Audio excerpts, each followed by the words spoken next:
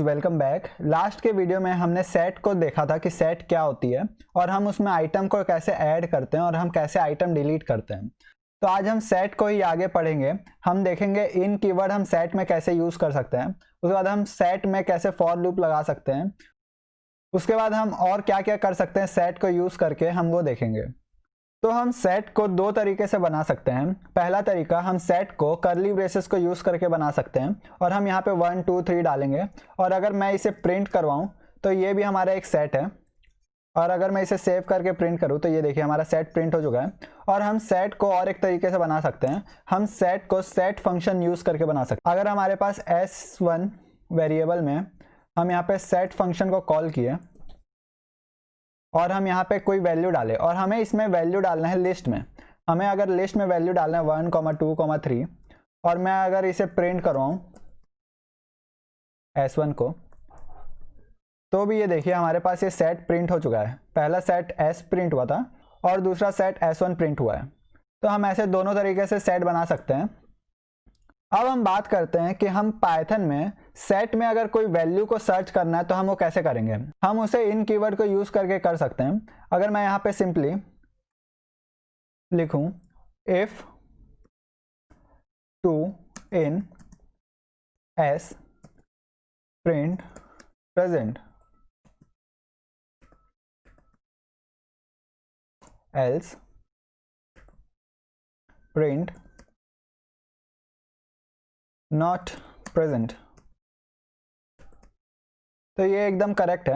यहाँ पे हमारा पाइथन सर्च करेगा कि हमारा 2 इस सेट में है कि नहीं। हमारा सेट का नाम है ये S और हमारा 2 सेट S में है कि नहीं। अगर होगा तो हमारे ये कंडीशन ट्रू होगा और ट्रू होने के बाद हमारा प्रिंट स्टेटमेंट काम करेगा ये वाली, और अगर ये वाला कंडीशन ट्रू नहीं हुआ तो हमारे ये वाला कंडीशन काम करेगा।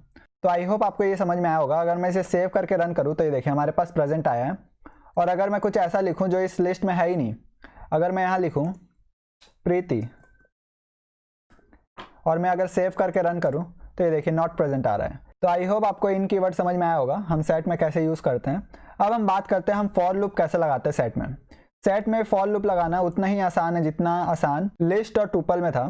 तो मैं यहाँ पे फॉर आई इन एस और मैं सिंपली प्रिंट करवाऊँ अगर आई को और मैं अगर सेव करके रन करूँ तो ये देखिए हमारे पास 1 2 3 प्रिंट हो चुका है।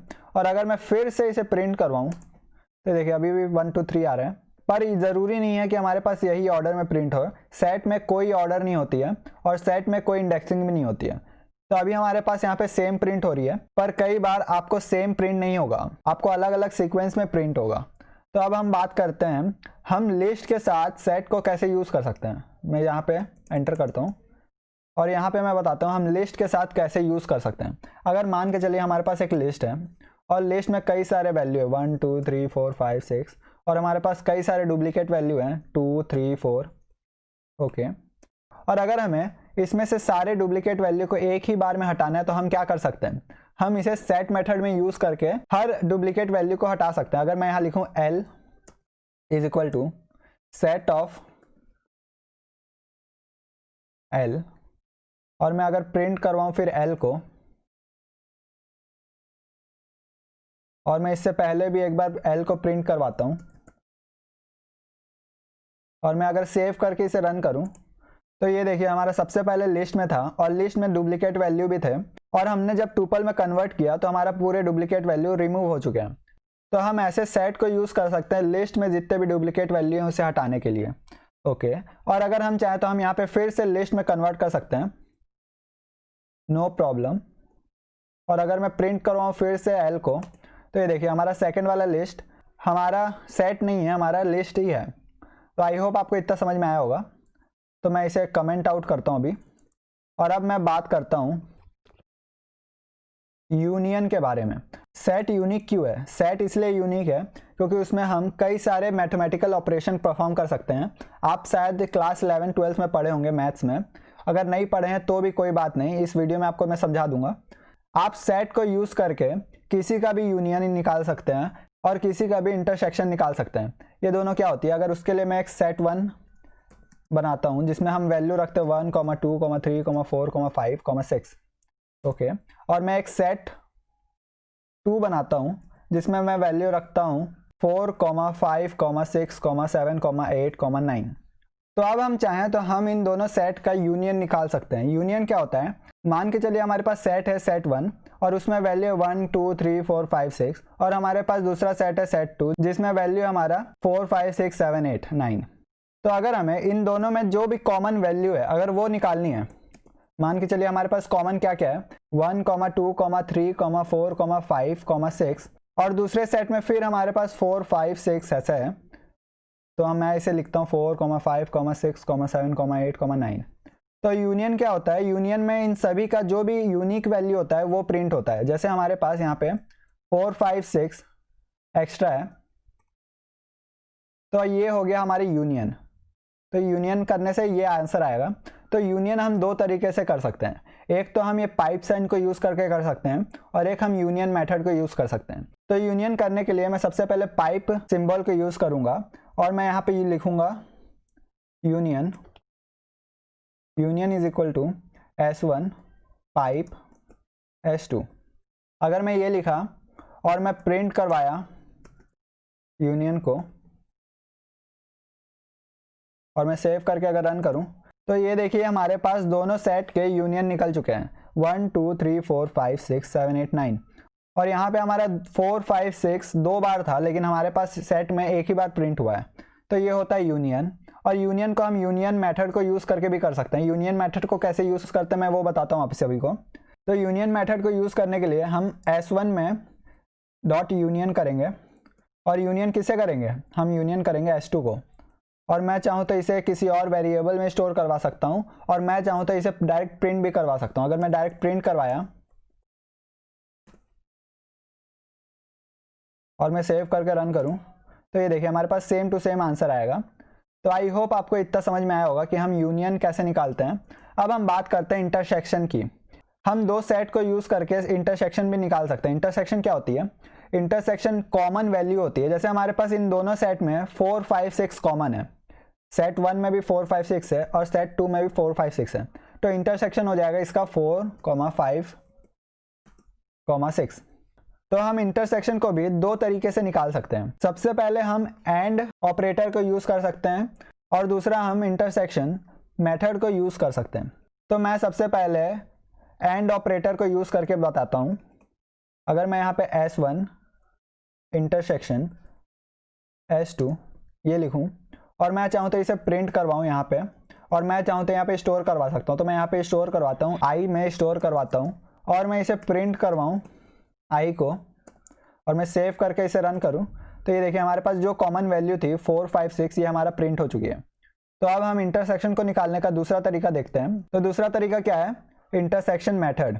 तो हम इंटरसेक्शन मेथड को भी यूनियन मेथड जैसे यूज़ कर सकते हैं। हम यहाँ लिखेंगे S1 डॉट इंटरसेक्शन और हम यहाँ पे डालेंगे S2 और मैं यहाँ चाहूँ तो यहाँ प्रिंट करवाऊँ, मैं यहाँ चाहूँ तो किसी और वेरिएबल में स्टोर करवाऊँगा। I1 नाम का वेरिएबल में स्टोर करवाता हूँ मैं। और अब मैं I1 के साथ कुछ भी कर सकता हूँ। मैं यहाँ पे I1 को प्रिंट करवा सकता हूँ और मैं I1 में कुछ और ऑपरेशन भी परफॉर्म कर सकता था। तो ये देखिए हमारा इंटरसेक्शन प्रिंट हो चुका है। तो आई होप आपको इंटरसेक्शन और यूनियन समझ में आया होगा। अब हम बात करते हैं डिफरेंस की। डिफरेंस क्या होता है, डिफरेंस मेथड इन दोनों सेट में जो भी डिफरेंस होगा वो बताएगा। जैसे हमारे पास इस सेट में 1, 2, 3, 4, 5, 6 है और इस सेट में 4, 5, 6, 7, 8, 9 है। तो अगर हम S1 में डिफरेंस मेथड को कॉल किए तो हमारा S1 में माइनस करेगा S2 को और हमारे पास इस बार 4, 5, 6 रहेगा तो हमारे पास आंसर आएगा 1, 2, 3। और अगर मैं S2 में डिफरेंस मेथड को कॉल करूं तो हमारा S2 को माइनस करेगा S1 से। तो हमारे पास इस बार भी 4, 5, 6 कॉमन आया तो हमारे पास आंसर आएगा 7, 8, 9। तो मैं इसे करके दिखाता हूं आपको। तो मैं यहाँ पे S1 डॉट डिफरेंस और मैं यहाँ डिफरेंस में एक सेट भी डाल सकता हूँ, दो सेट डाल सकता हूँ, मैं जितना चाहूँ उतना सेट डाल सकता हूँ। मैं S2 लिखता हूँ यहाँ पे और मैं यहाँ पे डायरेक्ट इसे प्रिंट करवाता हूँ। तो प्रिंट और मैं सेव करके रन करूँ अगर तो ये देखिए हमारे पास 1, 2, 3 आंसर आया। 1, 2, 3 आंसर क्यों आया, क्योंकि हमारे S1 में 1, 2, 3, 4, 5, 6 है और हमारे S2 में 4, 5, 6 है। तो हमारा 456 से कैंसिल हो गया और हमारे पास 1 2 3 बस आंसर आया है। तो आई होप आपको डिफरेंस मेथड भी समझ में आया होगा। और हम डिफरेंस मेथड को S2 में भी कॉल कर सकते हैं। S2 अगर कॉल किए और S1 में डालें और मैं सेव करके रन करूं तो हमारे पास 8 9 7 आया है। तो यहाँ पे 7 8 9 भी आ सकता था, लेकिन सेट में कोई ऑर्डर नहीं होता है। ये देखिए हमारे पास 8 7 9 आया है। तो आई होप आपको सेट समझ में आया होगा। तो सेट हमारे यहाँ पे कंप्लीट हो चुका है। सेट में सिर्फ 2 ही वीडियोस थी, क्योंकि सेट ज़्यादा बड़ा टॉपिक नहीं है। सेट में और भी कई सारे फंक्शन हैं और कई सारे मेथड हैं जो कि सिर्फ सेट में है, लेकिन सेट आप ज़्यादा यूज़ नहीं करेंगे, इसलिए मैं अभी इस वीडियो में बता नहीं रहा हूँ। लेकिन आगे के लेक्चर में जैसे जैसे काम पड़ेगी सेट के फंक्शन की और सेट के मेथड की, मैं वैसे वैसे आपको बताता जाऊँगा। तो अगला वीडियो एक समरी वीडियो होगा, उसके बाद हम पढ़ेंगे मेन चीज़। तो अगला चैप्टर काफ़ी इंटरेस्टिंग होने वाला है। आप उसमें ऐसे ऐसे चीज़ सीखेंगे जिससे आप 10-10 लाइन के कोड को भी एक एक लाइन में लिख सकते हैं, और वो सिर्फ आप पाइथन में ही कर सकते हैं। तो आई होप आप उसे भी इंजॉय करेंगे। Thank you for watching this video and please like my video and subscribe to my channel for more quality content.